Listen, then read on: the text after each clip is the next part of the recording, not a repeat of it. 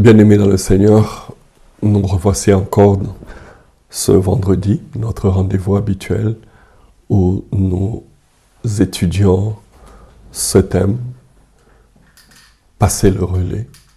Et la séance passée, du vendredi passé, nous avons parlé de transmettre pour multiplier, ou bien la reproduction. Nous avons dit que chacun d'entre nous est capable de se reproduire. Vous n'êtes pas stérile, vous ne pouvez pas cesser de vous reproduire, vous ne pouvez pas rester immobile sans continuer à croître. C'est impératif car Dieu a mis dans chacun d'entre nous les gènes de la reproduction. Vous êtes capable de vous reproduire, vous n'êtes pas stérile et Dieu veut que vous continuez à vous reproduire. Aujourd'hui, nous allons continuer notre série en parlant du choisir et former des hommes fidèles, les caractéristiques des disciples que vous devez former, en qui vous devez vous investir. Il est important que nous puissions en parler pendant quelques minutes. Nous n'allons pas entrer dans beaucoup de détails, mais nous allons néanmoins mentionner certaines caractéristiques que je trouve importantes pour faire le choix. Et nous avons notre même texte de base, de Timothée chapitre 2, le verset 2. Mais avant d'aller plus loin, prions le Seigneur. Père, pendant que nous voulons parler des caractéristiques, du choix, des personnes auprès de qui nous désirons nous investir, je te prie de nous guider par ton Saint-Esprit, de nous instruire, de te révéler à nous, Seigneur. Je te prie de nous orienter, ô Dieu, dans cette partie. Seigneur, merci. Bénis ton peuple, bénis tous ceux qui nous suivent en direct, Seigneur, pour ta gloire, dans le nom de Jésus. Amen.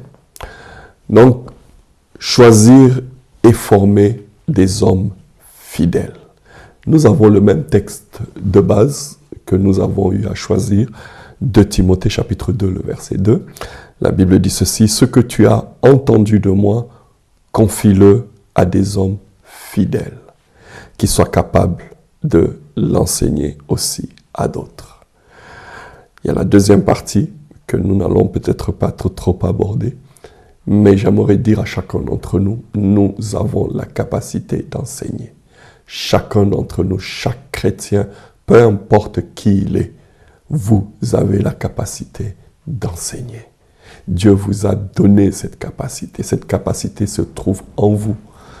Pour une simple raison, nous sommes appelés à partager la bonne nouvelle.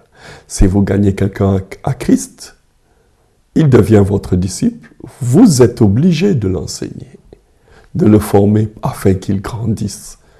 Et c'est vous qui allez assumer cela.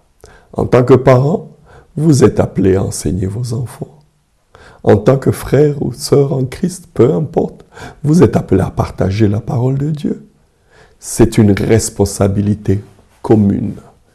Et c'est de ça qu'il s'agit. Mais ce qui nous intéresse, c'est la première partie. Ce que tu as entendu de moi, confie-le à des hommes fidèles.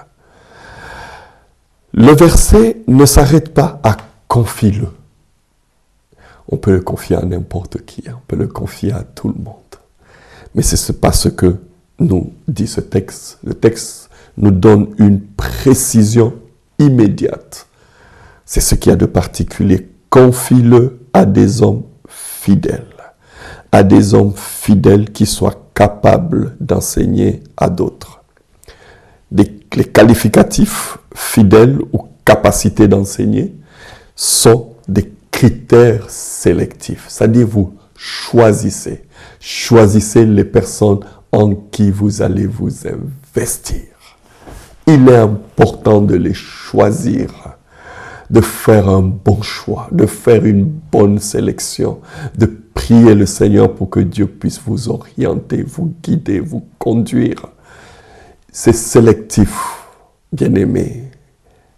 Veillez, sélectionnez. Si c'était n'importe qui, en tout cas, Paul n'aurait pas besoin de spécifier cette qualité. Et ça, c'est important, bien-aimé. Qui voulez-vous choisir? Qui avez-vous choisi pour vous investir ou pour reproduire? Quelles sont ces caractéristiques? Les caractéristiques d'un homme fidèle. Un homme fidèle, fidèle, pistoise, en grec, une personne de confiance, une personne engagée, une personne obéissante. C'est ce que ce texte veut dire. Ces personnes fidèles sont celles en qui on peut compter. Est-ce que vous pouvez compter sur cette personne? Vous savez, il y a des gens en qui on ne peut pas compter. Si c'est quelqu'un en qui vous ne pouvez pas compter, ça ne sert à rien, bien aimé. Ces personnes sont celles sur lesquelles on peut compter. Ces personnes sont stables, ils sont constants. Ils ne vacillent pas dans leur engagement envers le message et la mission. Vous savez, il y a des gens qui changent. Dès qu'il y a une opportunité, dès qu'il y a un peu d'argent, dès qu'il y a un peu une situation, la personne change. Ce n'est pas de ça que l'apôtre Paul est en train de nous dire. L'apôtre Paul nous parle des personnes fidèles. Ce ne sont pas des opportunistes ou des volages, mais des personnes intègres, qui ont une intégrité à toute épreuve. Peu importe ce qui arrive, peu importe les circonstances, ils sont fermes. Ils ont une foi sincère et ferme. Ils sont non seulement fidèles à Dieu, mais ils sont aussi fidèles à Jésus-Christ. Étant fidèles, elles sont aussi obéissantes à la parole de Dieu, telle que la parole de Dieu est enseignée. Ces personnes sont obéissantes. Ces personnes fidèles, elles ne chercheront pas à la modifier, ni à diluer cela. Vous savez, nous vivons un temps où l'évangile est dilué, où on cherche des raisons pour éviter de respecter certains principes bibliques. Non seulement on dilue, mais il y a d'autres qui tordent même la vérité. Ces personnes fidèles, elles adhèrent à la sainte doctrine, telle que cela a été transmise par les apôtres, et n'adhèrent pas aux enseignements erronés. La fidélité, elle ne se limite pas simplement en rapport avec la parole de Dieu, avec la doctrine, mais une personne fidèle qui vit et qui honore le Seigneur. Son caractère, mais aussi sa conduite, sont en accord avec la parole de Dieu, avec l'évangile que cette personne proclame, que cette personne annonce. La fidélité, ça se manifeste aussi dans la disposition de servir. Il est prêt à servir. Prêt à servir, il est disposé. Nous avons certaines personnes qui ne sont pas prêtes à servir, qui ne sont pas prêts, disposés à vouloir servir. Mais ces personnes ne sont pas passives. Ce sont des personnes qui désirent s'investir dans le royaume de Dieu. Elles sont prêtes à consacrer du temps, à consacrer de leur argent, à consacrer de leur énergie, à consacrer de leurs ressources à la tâche de transmettre la bonne nouvelle, de faire connaître Christ. C'est de ce type de personnes que Paul est en train de mentionner dans ses écrits. Des personnes disponibles, prêtes à investir du temps pour apprendre et aussi à transmettre.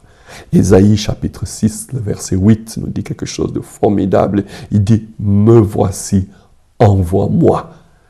Me voici, envoie-moi. » Vous avez besoin de quelqu'un, il est là. Vous avez besoin d'une personne, il est disponible. Il est disponible pour le royaume de Dieu. C'est ce type de personne que l'apôtre Paul est en train de décrire. une personne enseignable, qu'on peut enseigner, qui accepte la correction. Vous savez, il y a des gens qui n'aiment pas qu'on les corrige. Non, bien-aimé, il faut accepter qu'on vous corrige. Comment cette personne réagit-il lorsqu'on le corrige? Vous savez, parfois nous avons des personnes qui ne reconnaissent même pas leurs fautes, même pas leurs erreurs, même pas leurs transgressions. Je trouve ça très, très, très grave.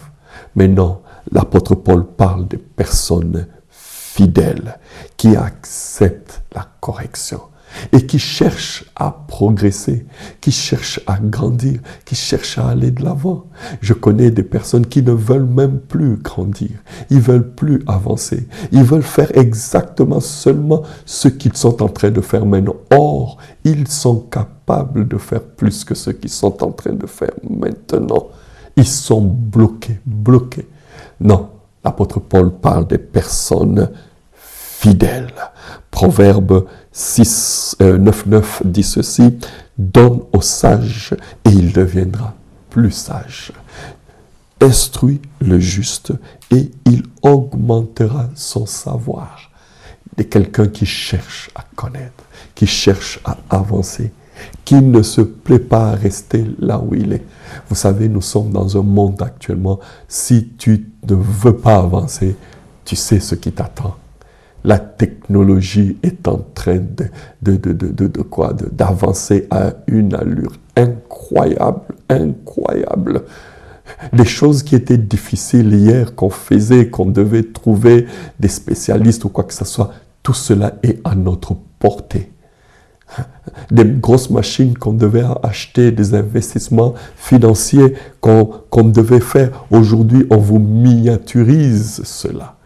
Et ça vous donne une qualité incroyable. Bien-aimé, oui, quelqu'un d'enseignable. Et non seulement d'enseignable, mais celui qui comprend qu'elle est appelée à former aussi à son tour. Quelqu'un qui est prêt, non seulement à être formé, mais qui est prêt aussi à transmettre. Car la Bible dit ceci, la moisson est grande et il y a très peu d'ouvriers. Bien-aimés, nous avons besoin, en tant que chrétiens, de comprendre que des hommes fidèles, on ne les trouve pas partout, mais il y en a. Il y en a autour de vous. Il y en a dans votre famille. Il y en a chez toi, dans ton travail. Il y en a. Dieu a mis autour de toi une personne ou deux personnes en qui il a prévu, il a dit, mon fils est là. Il va s'investir, il va se disposer pour donner de son temps, pour donner de son énergie, donner de ses disponibilités pour former. Bien-aimés, prenez le temps d'investir dans la vie des hommes. Un artisan qui veut transmettre son savoir doit pouvoir compter sur un apprenti motivé. Il ne va pas choisir n'importe qui. Il va choisir un artisan qui est motivé, qui est présent, qui est désireux, qui veut apprendre. Pas juste quelqu'un qui est curieux de passer le temps, mais qui est désireux, qui veut apprendre. Bien-aimé, ma prière, c'est que Dieu puisse mettre tout autour de vous des personnes qui veulent apprendre, des personnes qui sont disposées à apprendre, disposées à aller de l'avant, disposées à grandir, disposées à s'investir pour le royaume de Dieu. Voici ces quelques qualités que j'ai prévu que nous puissions partager pendant cette petite séance. Mais nous allons aller plus loin que cela. Et je crois que nous allons en parler dans la prochaine séance où nous parlerons des étapes pour former un disciple qui est capable de se reproduire. Nous nous limitons aujourd'hui à parler de ces caractéristiques de ce disciple que vous devez choisir pour vous investir. N'allez pas auprès de n'importe qui. Choisissez. Et il y en a. Dieu en a mis devant toi. Peut-être il est là, il n'attend que toi. Mais peut-être c'est toi qui n'as pas le temps. J'aimerais que tu puisses te disposer. Prends tes projets, prends les livres que tu as prévu d'écrire. Prends le projet ou le voyage que tu as prévu de faire. Prends ne fût-ce qu'un temps pour te disposer à t'investir dans la vie de quelqu'un. Une fréquence. Quelle fréquence? Oui, même 1 heure par semaine. C'est suffisant. 1 heure par semaine. Si tu en as plus, tu peux faire 2 heures par semaine. Choisis le jour. Ça peut être la semaine, ça peut être le soir, ça peut être le week-end, peu importe. Convenez-vous par rapport au temps. Et je vais vous montrer, vous expliquer comment vous allez procéder. Les étapes, chaque étape, nous en avons 4. Et nous allons développer cela dans la session prochaine. Bien-aimés dans le Seigneur, ce n'est pas n'importe qui. Cherchez des hommes fidèles. Confie-le à des hommes fidèles. Dieu veut que vous soyez un homme fidèle. Un jour, un homme m'a rencontré. Il a trouvé que j'étais un homme fidèle. Et il s'est investi dans ma vie. Et c'est pour cela que moi aussi, à mon tour, je m'investis dans la vie des autres. Et la chaîne est appelée à continuer. Vous ne devez pas être celui qui va briser la chaîne, celui qui va être le terminus. Non, bien-aimé, vous ne pouvez pas être le terminus. La chaîne doit continuer. Elle doit aller. Vous devez passer le relais à quelqu'un d'autre, à vos enfants. Dans la vie de vos enfants, investissez-vous. Dans la vie d'un frère, d'une sœur, investissez-vous. Dans la vie de votre voisin, investissez-vous afin que vous puissiez vous reproduire.